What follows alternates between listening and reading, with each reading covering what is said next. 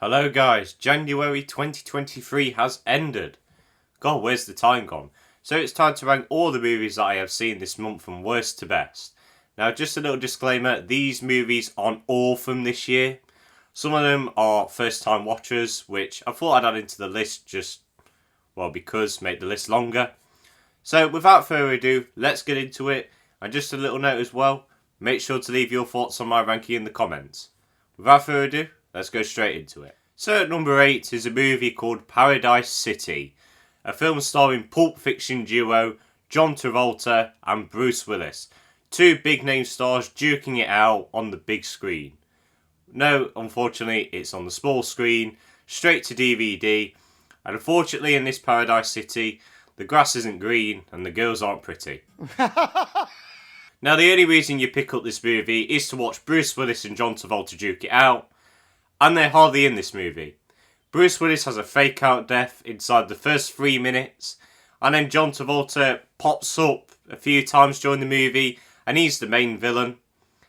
And when they duke it off at the end, it's just two people pointing a gun at each other, saying some cliche dialogue, and then Bruce Willis dies. Ugh. And Bruce Willis, you can just tell he just does not give a crap. So many times it's so obvious that his stunt double is just standing in for basic things like walking. There's an entire scene where they go through this dark hallway and he's right at the back and you can just tell it's his stunt double because of his head. It is just terrible. No one cared in this film. And the worst part is, this movie is directed by the same guy who did Jim Carrey's The Mask and the third Nightmare on Elm Street film.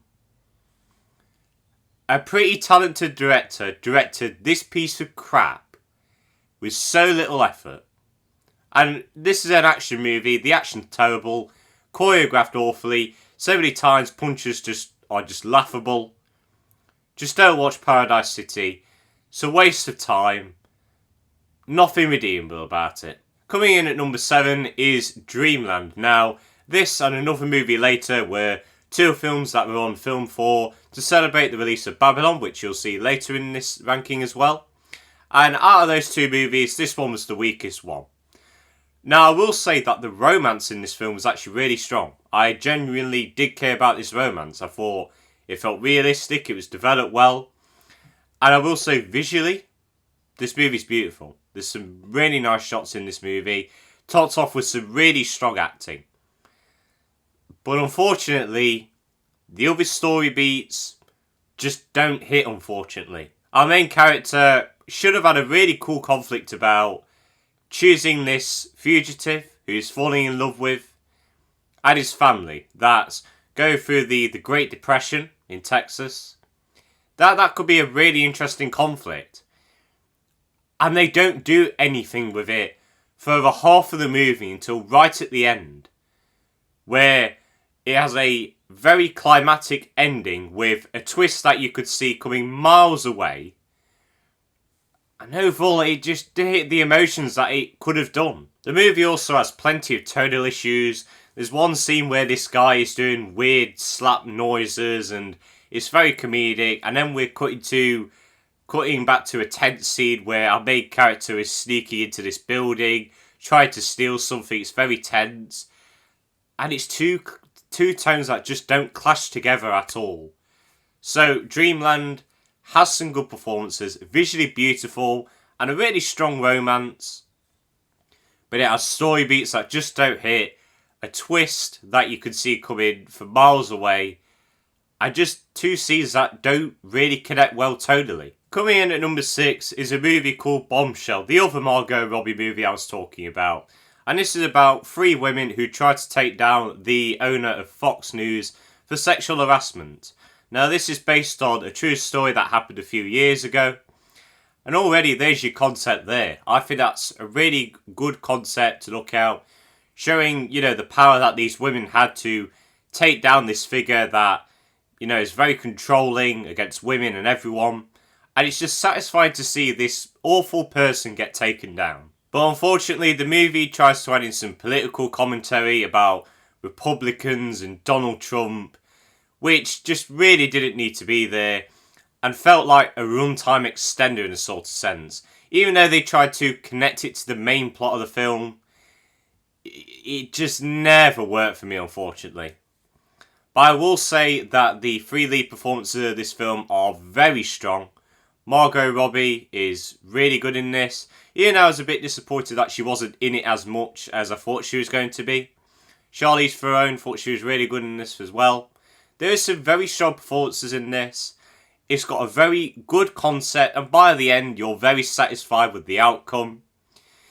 But some forced in commentary, some underused characters in my opinion just didn't really work for me.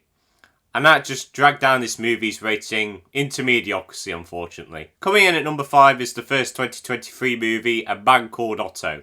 I'm not going to review this one much because I've already reviewed it on my channel. You could check that out later.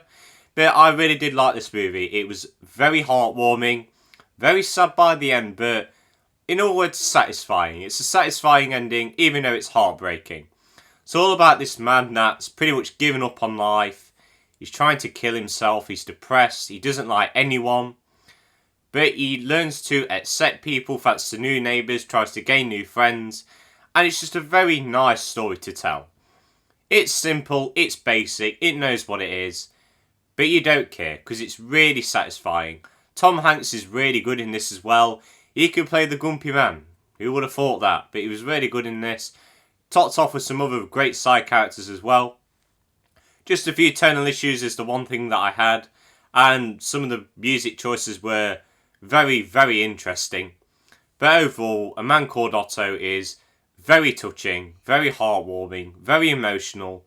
And if you still haven't seen it, I would highly suggest seeing it when you can. Coming in at number 4 is Megan. A gift from God. Thank you. I loved this movie so much. This movie was ridiculous to the core. Sent some good messages about our addiction to technology. But this film's just so fun. It's corny, it's funny, it's ridiculous, it will make you laugh out loud. And boy, you can have a great time with this, whatever mood you're in. The design of Megan is really creepy, albeit a bit ridiculous that these people are taking her in. But honestly, I can't really complain about this movie much. It is a 7 out of 10, let's be honest. But I don't know, I just had a lot of fun with it. I didn't take it too seriously. Megan is not scary at all. I will say the action's really good, especially in the third act. It's just a fun time with some really creative sequences.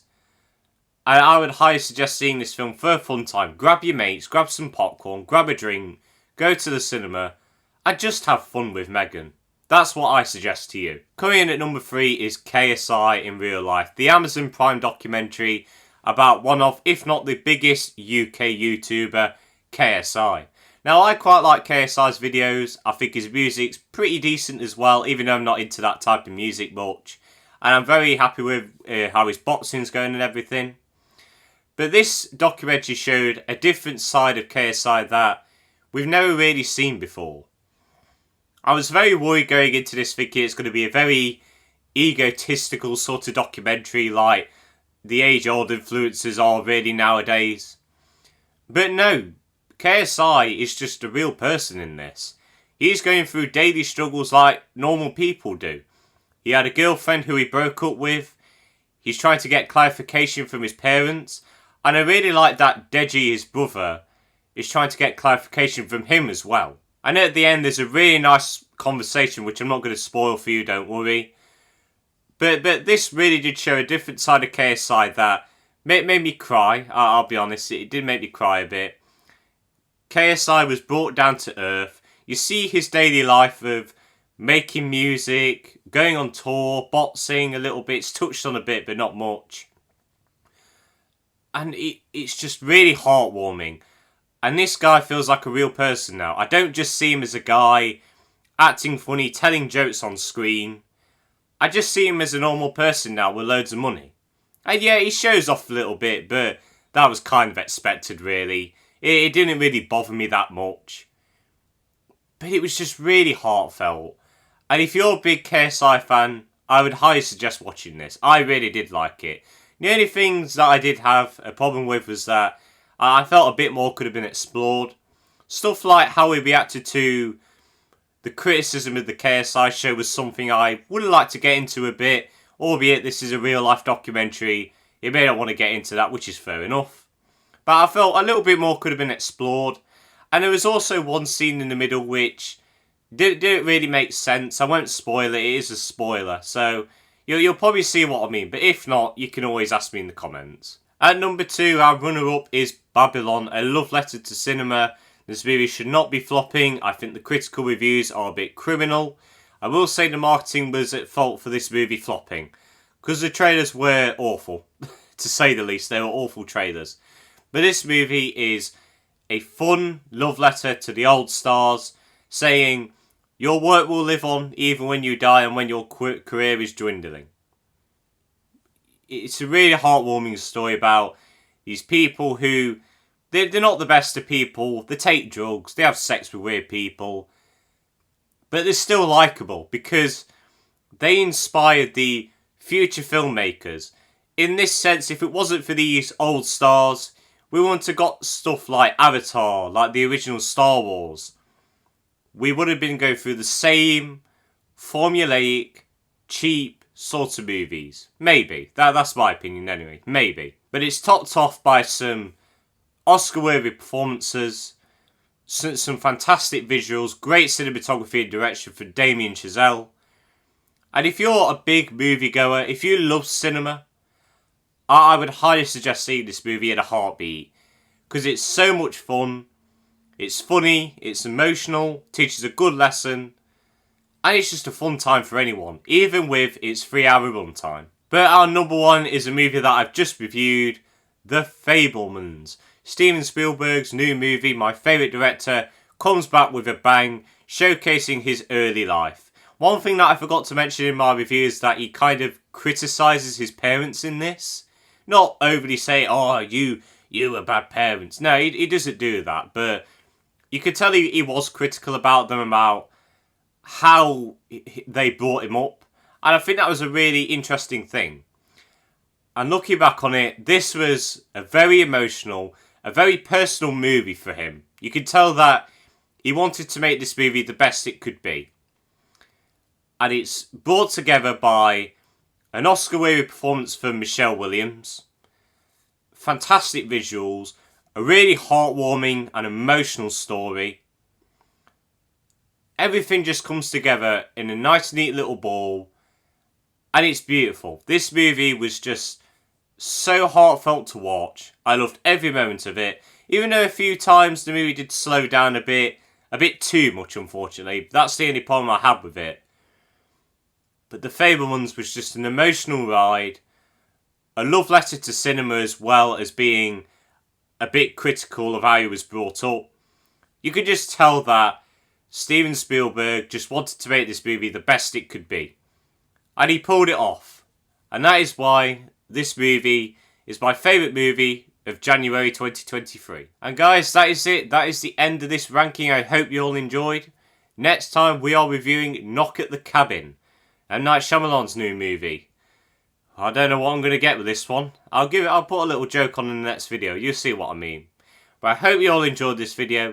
Let me know what you think of my list and tell me what your favourite movie of the month was. Have a good day and see you later.